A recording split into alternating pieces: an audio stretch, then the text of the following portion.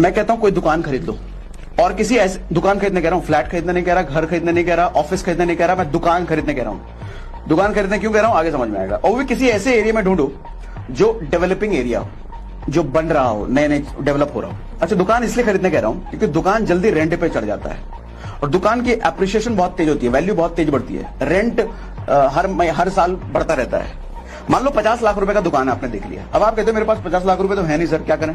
तो 50 लाख रुपए का लोन लो। 50 लाख में 50 लाख का तो लोन मिलेगा नहीं। दुकान 50 लाख का है तो आपको 40 लाख का मान लो लोन मिलता है। 40 लाख रुपए का आपने लोन ले लिया और मैं मानता हूं 20 साल के लिए लिया तो आपकी 40,000 की ईएमआई मान लिया मैंने, लगभग 40,000 की ईएमआई है। 40,000 की अगर ईएमआई आ रही है, अगर आपने डेवलपिंग एरिया में लिया है तो सर उस एरिया का रेंटल, दुकान का रेंट भी आपको लगभग 40,000 के आसपास मिल जाएगा। वो एरिया देखना पड़ेगा। 2025 में मैं मानता हूं 10% बढ़ेगा तो 44,000 रुपए रेंट हो गया। ईएमआई कितना? अभी भी 40। 2035 में 10 साल बाद 10% हर साल अगर हम बढ़ा रहे हैं सर, 88,000 रुपए आपको रेंट आएगा।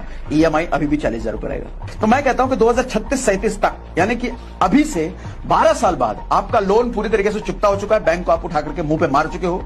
आपका दुकान बिल्कुल फ्री हो चुका है और अभी से 12 साल बाद वो दुकान जो आज 30,000 रुपए महीना दे रहा है सर, आपको 12 साल बाद कम से कम 1 लाख रुपए